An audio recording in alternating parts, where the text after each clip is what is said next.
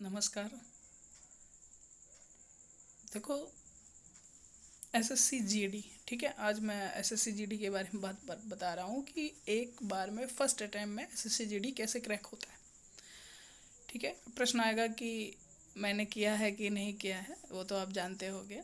ठीक है, तो एक ही अटैम्प्ट में एसएससी जीडी कैसे क्रॉस करते हैं उसके बारे में, जो भी मैंने निकालने के लिए, जो पेपर निकालने के लिए मैंने जो भी प्रयत्न किया था, ठीक है, वो डिस्कस करेंगे कि उसकी जो धारणाएं होती हैं, किस हिसाब से उसको पढ़ें या कैसे क्या तैयारी करें, उसके बारे में डिस्कस करते हैं। ठीक है, तो पहले हम लोग क्या करेंगे कि देखेंगे कि क्या क्या पोर्शन है एसएससी जीडी में जो एसएससी एग्ज़ाम कराता है। ठीक है, मेरा एग्ज़ाम क्वालिफाई हो जाता था और रेस नहीं निकल पाती थी, है ना। ये तो जानते ही होगे, और नहीं तो फिर सोच लो कि ये बता दिया है मोहित भैया ने। ठीक है, तो कहने का सीधा सीधा तात्पर्य है कि मेरा एग्ज़ाम क्वालिफाई हो जाता था, लेकिन रेस नहीं निकल पाती थी। ठीक है, तो एग्ज़ाम किस तरीके से क्वालिफाई कर रहा था, जैसे पिछले अटैम्प्ट में शायद 90 नंबर आए हुए थे, है ना, आउट ऑफ 100, या शायद 89 के समथिंग थे, कंफर्म नहीं है ना। तो किस तरीके से एग्ज़ाम क्वालिफाई करना है, बस वो डिस्कस करेंगे और कुछ भी नहीं। ठीक है, तैयारी किस बेस पे करो। और शायद ऐसा ही उसका ऑनलाइन जो फॉर्म चल रहा है एसएससी जीडी का, आ रहा है या भर रहा है, ये मुझे आइडिया नहीं है, बट बता दे रहा हूँ कि मतलब एसएससी जीडी एग्ज़ाम बहुत प्यारा होता है, बहुत छोटा होता है, और 100 प्रश्न आते हैं, और शायद 1 घंटा होता है। हाँ, एक ही घंटा होता है। 25 25 25 4 पोर्शन बटे हुए होते हैं। ठीक है, अब उसको देखते हैं कैसे होते हैं। ठीक है, ये 4 पोर्शन होते हैं एसएससी जीडी के एग्ज़ाम में। एक हिंदी पोर्शन होता है जो 25 नंबर का आता है, जीएस पोर्शन होता है वो भी 25 नंबर का आता है, और रीजनिंग पोर्शन होता है वो भी 25 नंबर का आता है। मैथ जो होता है वो भी 25 नंबर का आता है। ठीक है, ये कोई कठिन नहीं है, बहुत ही इजी है। ठीक है, अगर आप लोग प्रयास करोगे तो ये बहुत ही इजी हो जाता है। ठीक है, आप हिंदी में व्याकरण होगा और कृतियाँ और पूछी जाती हैं। ठीक है, कृतियाँ बोले तो कि ये किताब किसने लिखी हुई थी। व्याकरण बहुत सरल होती है। ठीक है, और बहुत, अगर ल्यूसेंट से ही अच्छे से पढ़ रहे हो, 1 2 बार 3 4 बार अगर ल्यूसेंट आप लोग ख़त्म कर दोगे, तो इस 25 में से 24 या 22+ नंबर आप अमूमन ले आओगे।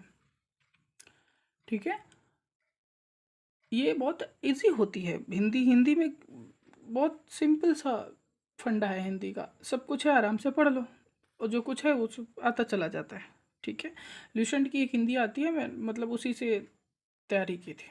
ठीक है, इसके अलावा मैंने और कुछ नहीं देखा था हिंदी के लिए। ठीक है, ओके।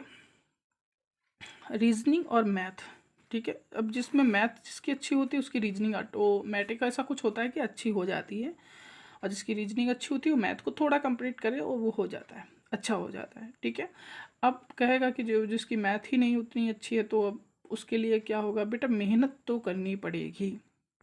ठीक है, अर्थमेटिक आती है, जिसमें आपका परसेंटेज, लाभ हानि, ये सब जो जो भी आप लोग एसएससी की तैयारी कर रहे होंगे उनको तो पता होगा, जो नहीं कर रहे होंगे उनको थोड़ा स्टार्टिंग में परेशानी होगी, और फिर सब रिलेटेड सब्जेक्ट होते, टाइम एंड वर्क यानी समय और कार्य, है ना।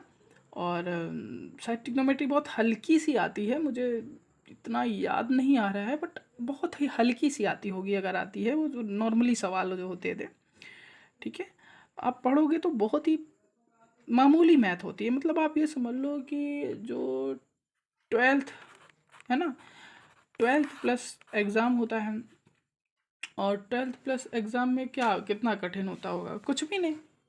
ठीक है, तो बहुत ही इजी होता है, और आप आराम से मैथ और रीजनिंग मिला के दोनों, अगर दोनों ये 50 नंबर के हैं, तो आप लोग आराम से 45 के समथिंग अराउंड, या प्लस या निगेटिव में ला सकते हो, अगर ठीक ठाक पढ़ रहे होगे। ठीक है।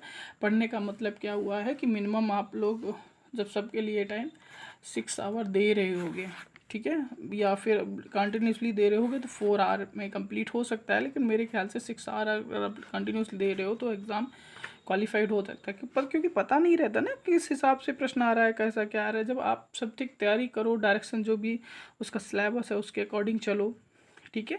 टाइम एंड वर्क पढ़ो, परसेंटेज पढ़ो, और समयकार पढ़ो, है ना, नंबर सिस्टम पढ़ो, ब्याज SI CI वो साधारण ब्याज, और है ना कंपाउंड इंटरेस्ट और सिंपल इंटरेस्ट, चक्रवृद्धि ब्याज और ये सब, ठीक है। और ट्रिग्नोमेट्री भी हो सकता है, ऐसा कुछ, ठीक है। तो मैं कुल मिला के मैथ है, मैथ आपकी अच्छी होनी चाहिए। मतलब हाई लेवल की गणित नहीं बता रहा हूँ मैं, जो SSC आपकी CGL में आती है उस लेवल की मैथ नहीं आती है, बट उससे थोड़ी सी लोअर आती है। पर आप जानते हो कंपटीशन कितना हाई हो गया है, तो पढ़ना पड़ेगा, ठीक है। और रीजनिंग भी बहुत इजी होती है, आराम से आप 22-23 नंबर्स हो सकते हैं, कोई कठिन नहीं होती है, ठीक है। फिगर वाले आप लोग देख सकते हो, और मिसिंग जो सीरीज दी होती है 2, 4, 6 अंक करके, एक लुप्त जो पद होता है वो कैसे हो सकता है, ठीक है। क्लॉक भी आ सकती है, कैलेंडर भी आ सकता है ना। तो ये सब रीजनिंग जब आप उठा के देखोगे तो कोई कठिन नहीं है इसमें, ठीक है। अब बच्चा जो मेन परेशान होता है वो GS में होता है कि सर GS कहाँ से देखें इसमें, क्योंकि करंट भी आती है ना, समसामयिकी जिसे बोलते हैं, और आपकी जो जनरल GS है वो तो आती ही आती है, ठीक है। अब GS में आपका इतिहास हो गया, भूगोल हो गया, है ना, पॉलिटी हो गई, ऐसे बहुत सारे, मतलब इसमें GS में साइंस भी हो सकता है, थोड़ी बहुत रखते हैं, है ना। अब इन्वायरमेंट तो आप छोड़ना भी नहीं, उसका इन्वायरमेंट तो पक्का ही होता है, कुछ ना कुछ इन्वायरमेंट से ज़रूर फंसे, ठीक। अब करंट क्या होता है, ठीक। करंट से रिलेट करके आप अगर GS को पढ़ोगे तो दोनों चीज़ें हो जाती हैं, ठीक है। अब करंट में क्या क्या पॉसिबिलिटी होती हैं आने की, एक तो राजधानी होती है, ठीक है, राजधानी आने की। अब राजधानी जो होती हैं, यानी किसी देश की राजधानी या मुद्रा कब कैसी होती हैं, ऐसे देश जो संगठित होते हैं, यानी किन्हीं किन्हीं का संगठन होता है, जैसे G20 संगठन है, ठीक है, G8 संगठन है, 10 लोग देश हैं उनके संगठन हैं, ठीक है। मित्र राष्ट्र कौन कौन है, तो उनसे रिलेटेड अगर देश हैं तो उनकी राजधानियाँ पूछने के चांसेस ज़्यादा होते हैं, ठीक है। तो एक तो ये हो गया टर्म। अब जैसे अभी हाल ही की घटना एक म्यांमार, ठीक है, म्यांमार म्यांमार में क्या हुआ है, तख्ता पलट हुआ है, ठीक है। अब म्यांमार से रिलेटेड हो सकता है आपका GS में भी पोर्शन कर दिया, म्यांमार कब भारत से अलग हुआ था, ठीक है, और म्यांमार की राजधानी क्या है, म्यांमार में कौन थे, ठीक है। इस जो करंट आपकी सिचुएशन में, जैसे ज़्यादा से ज़्यादा 2018, 2019 और 2020, ठीक है, और 2021, तो एग्ज़ाम के 3 महीने तक भी पूछे जा सकते हैं प्रश्नों को क्या है, लेकिन आप अपनी नज़र बनाए रखिए, ठीक है। और हाँ, खेल पर भी नज़र बनाएं, ठीक, जो खेल हो रहे हैं, है ना, कौन कैसा खेल कहाँ पे चल रहा है उस पर मज़ा देखिए, प्लेयर्स को याद रखे वो कौन सा खेल खेलता है। और जो भारत में हमारे वन विभाग हैं, मतलब जीव अभ्यारण्य हैं, है ना, इन सब पे फोकस करो। कुल मिला के करंट वही होता है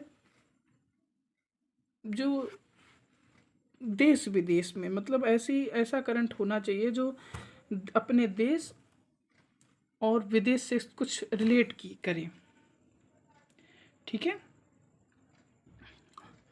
तो मेरा, अगर करंट अगर आप पढ़ना चाहते हो करंट और GS मिक्स करके, तो ये 1 डे एग्ज़ाम होता है, ठीक है। तो आप जो पढ़ रहे हो उसको तो पढ़ते रहो, और करंट में